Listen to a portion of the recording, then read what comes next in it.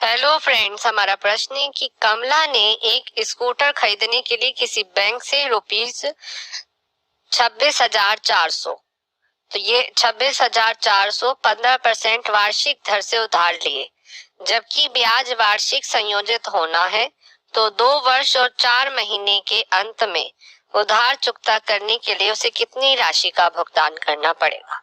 तो आप देख रहे हैं कि इस प्रश्न में 26,400 क्या है, आपका मूलधन। तो मूलधन या जिसे हम प्रदर्शित करते हैं पी से, पी हमें दिया है 26,400। ठीक है, दर हमें दी है दर आर 15% की दर से। ठीक है, और हमें समय दिया है या एन जिससे हम प्रदर्शित करते हैं, वो दिया है 2 वर्ष 4 महीने। ठीक है, और हमसे ये कहा गया है कि ब्याज वार्षिक संयोजित होना है। तो इसका अर्थ क्या है, वार्षिक संयोजन का अर्थ क्या है? तो वार्षिक ब्याज वार्षिक संयोजन से अर्थ ये है कि जब हम दूसरे वर्ष 2 वर्ष और 4 महीने, 2 वर्ष की बात कर लेते हैं पहले, तो दूसरे वर्ष जो आपका ब्याज होगा वो मूलधन प्लस पहले वर्ष का ब्याज, जो पहले वर्ष का ब्याज होगा उस पर हमें दूसरे वर्ष का ब्याज देना होगा। तो इसका अर्थ क्या हुआ, ये आपका कैसा प्रश्न है, चक्रवृद्धि प्रश्न का। तो चक्रवृद्धि ब्याज का प्रश्न है, तो चक्रवृद्धि ब्याज का सूत्र क्या होता है, ए बराबर होता है मूलधन 1 प्लस दर बटे 100 की घात n। ठीक है, अब यहाँ पर हमारी घात है एन समय जो है वो 2 वर्ष 4 महीने। तो 4 महीने का अर्थ क्या है कि ये 0.25 वर्ष, ये अर्थ हो गया 0.25 वर्ष, 4 महीने का अर्थ हो गया। तो हमारा जो समय हो गया 2.25 वर्ष। तो हमारा यहाँ पर आ गया ए बराबर पी 1 प्लस आर बटे 100 की घात 2.25।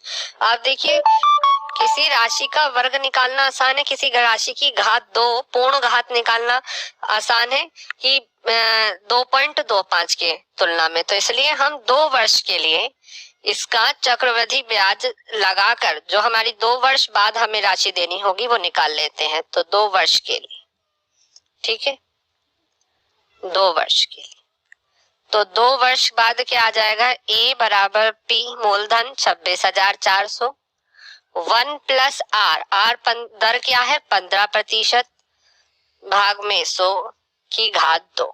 तो इस प्रकार जब आप इसे हल करेंगे तो यहाँ से आ जाएगा 26,400 115 बटे में 100 की घात 2, या ए बराबर आ जाएगा 26,400 गुणा 1.15 का वर्ग। ठीक है, या इस प्रकार आपका यहाँ से आ जाएगा ए बराबर 34,914। तो ये 34,914 रुपए आ जाएगा।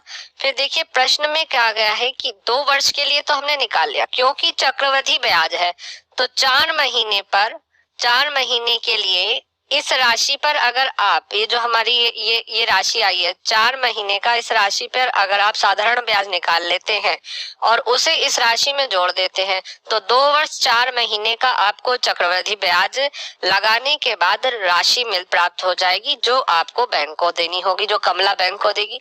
तो देखिए यहाँ पर क्या आ जाएगा, साधारण ब्याज से, तो साधारण ब्याज हम निकाल लेंगे। साधारण ब्याज का सूत्र क्या होता है, एस आई बराबर मूलधन इस स्थिति में क्या हो गया 34,914, आर दर हो गई 15% और समय हो गया 4 महीने। 4 महीने का अर्थ हो गया 4/12, या यहाँ पर आ गया भाग में 100। तो यहाँ से हमारा साधारण ब्याज आ गया 1745.7।